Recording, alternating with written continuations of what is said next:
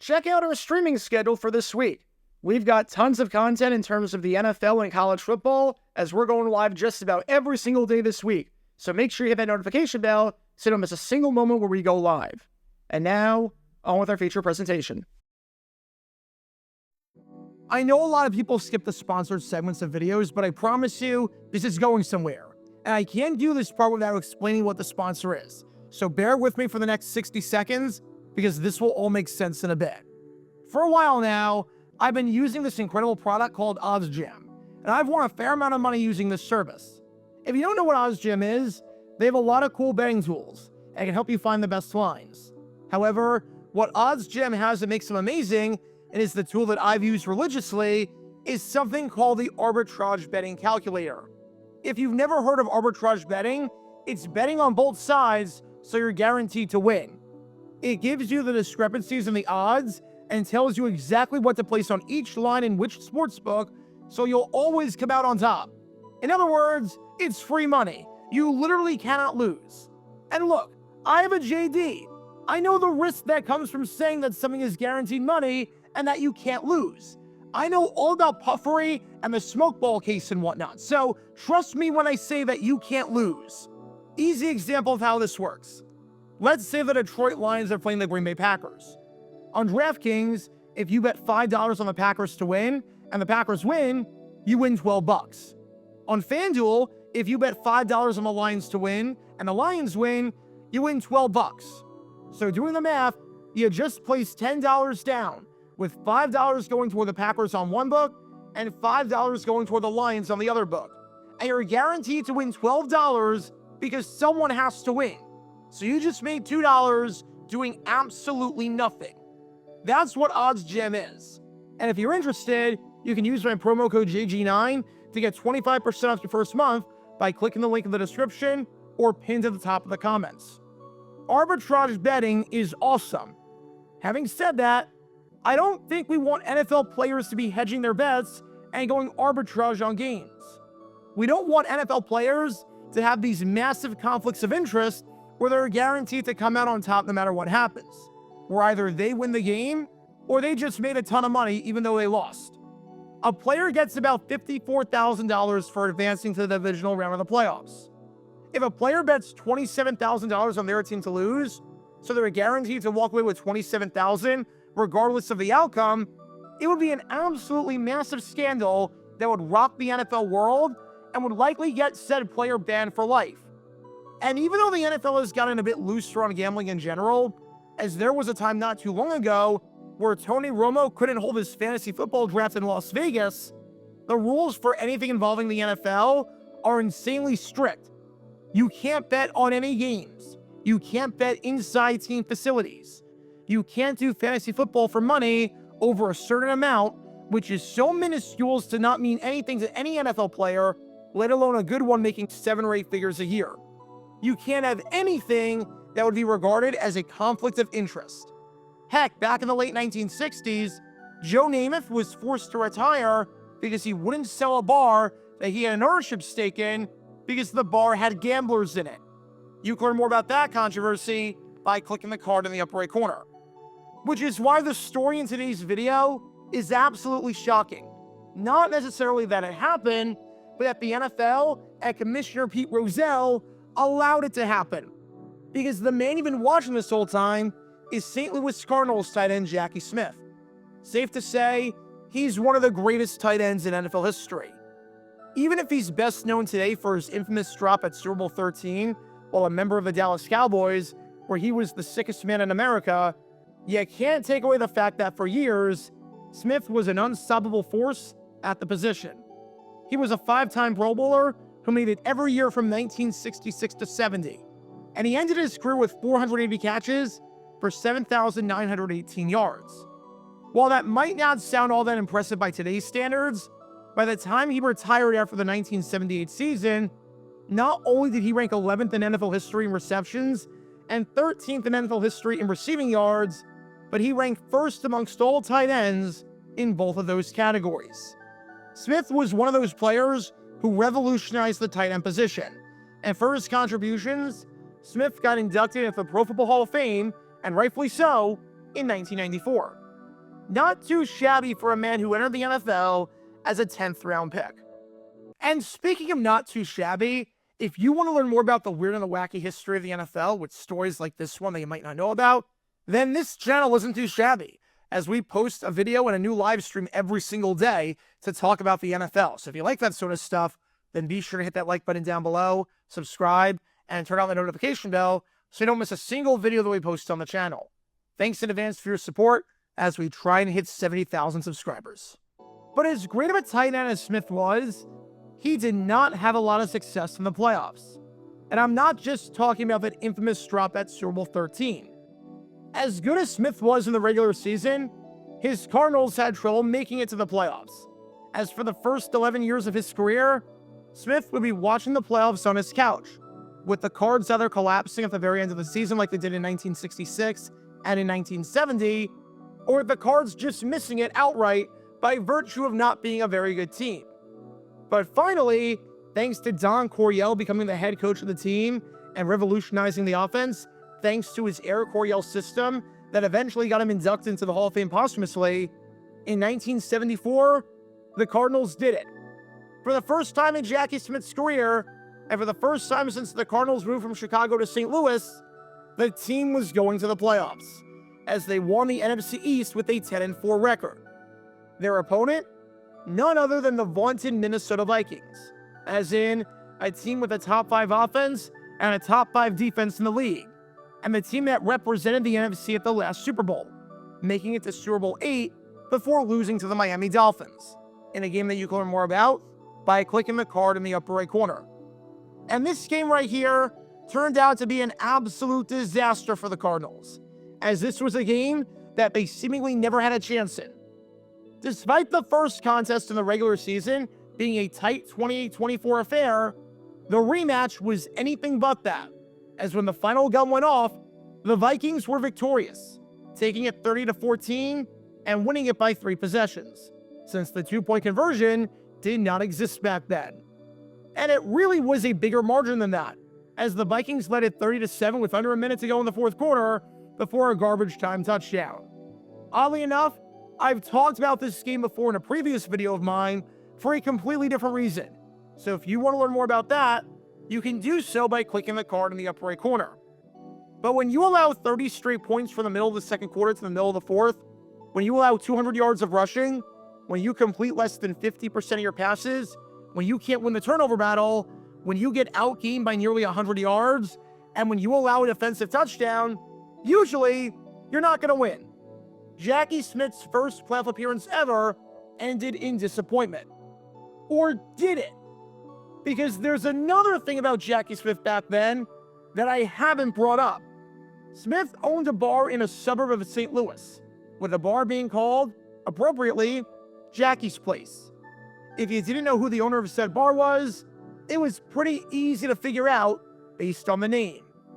Oddly enough, he didn't want to name it Jackie's Place at first. He initially wanted to name it the tight end, but the city council said that the name was too offensive, which seems odd, seeing as it's a bar, and it's literally named after the football position that he plays. Today, the bar is no longer there.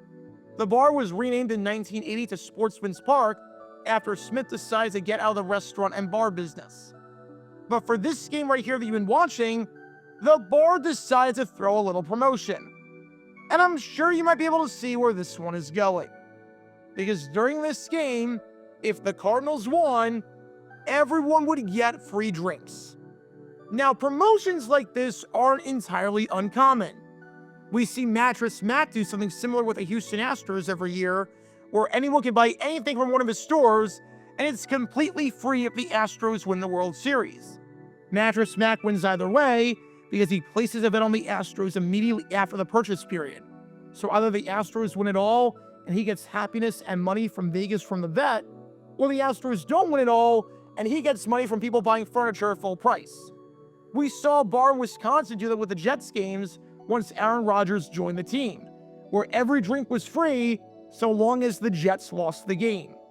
The difference with those promotions, though, is that those are citizens who are completely unaffiliated with the sport. Those are individual business owners whose primary job is running that company, and they can do just about whatever they want because they have no other bosses. Jackie Smith, he's an owner of the bar, but he's also a player on the St. Louis Cardinals. And I'm sure you can see the massive conflict of interest here. If the Cardinals win the game, Smith gets satisfaction out of moving on to the next round, getting another bonus paycheck, and getting one step closer to the Super Bowl. If the Cardinals lose the game, though, Smith still gets something out of it. He gets a lot out of it. Because if the Cardinals lose the game, Smith gets a crap ton of money from everyone buying drinks. Think about it. The promotion drives people to the bar. And this bar became successful enough that a few months later, Smith wanted to add an open beer garden to it. Although this didn't materialize due to the bar's close proximity to a grade school. If you're going to watch the game at a bar, which bar do you want to watch it at? The bar where you have to pay full price for drinks? Or the bar where you might not have to pay full price depending on the outcome of the game? You're probably picking the latter. Nothing incentivizes people to drink out like free drinks. And when something has the chance of being free, you're likely to buy more of it. If you're a Cardinals fan and think that your team is going to win, instead of having one drink before the game, you might buy 2 or 3 because you know that you don't have to pay for them if your prediction is right. If the Cardinals win and you're Jackie Smith, you lose a ton of money with your newly opened establishment because everything is free. And that's a huge loss of inventory. If the Cardinals lose and you're Jackie Smith, though, you gain a ton of money because of how many people showed up to the bar for this promotion. And it would be a bit different if Smith wasn't, the freaking owner of the bar. You can see the conflict of interest here, right? Like, considering everything we know, the fact that Pete Rozelle allowed this to happen is mind-boggling. And adding even more fuel to the fire was how Jackie Smith played in this game, which is to say, not well at all. If you're wondering as you're watching these highlights of the game why you're not seeing Jackie Smith, that's because he was a non-factor. The first time the Cardinals played the Vikings, Smith was unstoppable, even in the losing effort, as he had 6 catches for 84 yards in that Monday Night Football game. The second time, against the same defense, Smith got 1 catch for 7 yards. That's it. 1 catch for 7 yards for one of the best tight ends in football. And that catch came with 1 minute left in the contest, with the game more than over. It was so bizarre that Smith hadn't done anything all day that even color commentator Johnny Unitas criticized him and the offense for not having done anything, wondering why it took 59 minutes for Jackie Smith to even show up in the stat sheet. To go from 6 catches in the first game to 1 in the second game, that's bizarre by anyone's standards, but especially for Jackie Smith. Smith was a tight end under Don Coryell in St. Louis for 5 seasons from 1973 to 1977. I charted every instance during that stretch of games where Smith played an opponent twice, which was usually divisional opponents, but also applied in 1974 with the Vikings. In that stretch, Smith played 17 opponents twice. 7 times, his numbers improved from game 1 to game 2, and he had more catches the second time out than he did the first time. 7 times, his numbers stayed exactly the same. Only 3 times out of 17 did his numbers actually get worse. And the biggest offender of the bunch, with a net loss of 5 catches from 1 game to the second, sure enough, it was that game against Minnesota, with no other game even coming close to the drop-off in production. And if we go back to the start of the NFL implementing divisions, so 1967, we can see the same thing. This was a man who was rarely worse from 1 game to the next. He was better the second time around, or at minimum, was the same from a catching the ball perspective. And yet, the worst difference by a fair amount was that sequence against Minnesota, where he went from unstoppable the first time out to a man who caught no passes in the first 59 minutes and only caught 1 garbage time pass for 7 yards with a minute left, down 30-7. And it just so happened to come in the game where there was a vested financial interest in the Cardinals losing so that his owned establishment will be able to charge full price for drinks and wouldn't have to give them away for free. Am I saying that Jackie Smith threw this team that you've been watching this whole time? Absolutely not. I'm not saying that at all. This was a photo of Smith in the locker room after the loss, and he looks distraught. I highly doubt that he threw a playoff game to get his establishment more money to allow the business to expand with a beer garden. When you haven't made the playoffs in over a decade, and you're that close to the Super Bowl, you're not throwing it away like that. Plus, Smith talked a ton beforehand about the importance of the game. As he said after the final game of the regular season, when the Cardinals came back to beat the New York Giants, this game has to be a means to an end. It's going to be more important to our football team this week than any other game has been to us so far. So in no way whatsoever am I saying that this game was thrown. Having said that, what I am saying is holy conflict of interest, Batman. The fact that Pete Rozelle made Joe Namath retire from football if he wanted to own his establishment, and this was somehow allowed, is insanely hypocritical, seeing as there is a clear financial incentive in Jackie Smith's business for the Cardinals to lose, so his inventory isn't free. When you own an establishment, when you presumably need money because you want to expand the business, you run a promotion saying that you'll give away free drinks if the Cardinals win, but they're full price if they don't win. When the traffic at this place is bustling, with even reporters showing up because of this promotion, and because this is the biggest game the team had played since moving to St. Louis, and you don't win, and now everyone in the bar who thought 3 hours before was going to be getting everything for free has to pay the tab. If you can't see how that isn't a massive red flag and a massive conflict of interest, I don't know what to tell you. Because on this day in 1974, bless the hearts of the patrons. For after finding out that they had to pay money for their drinks, they had to be the sickest men in America.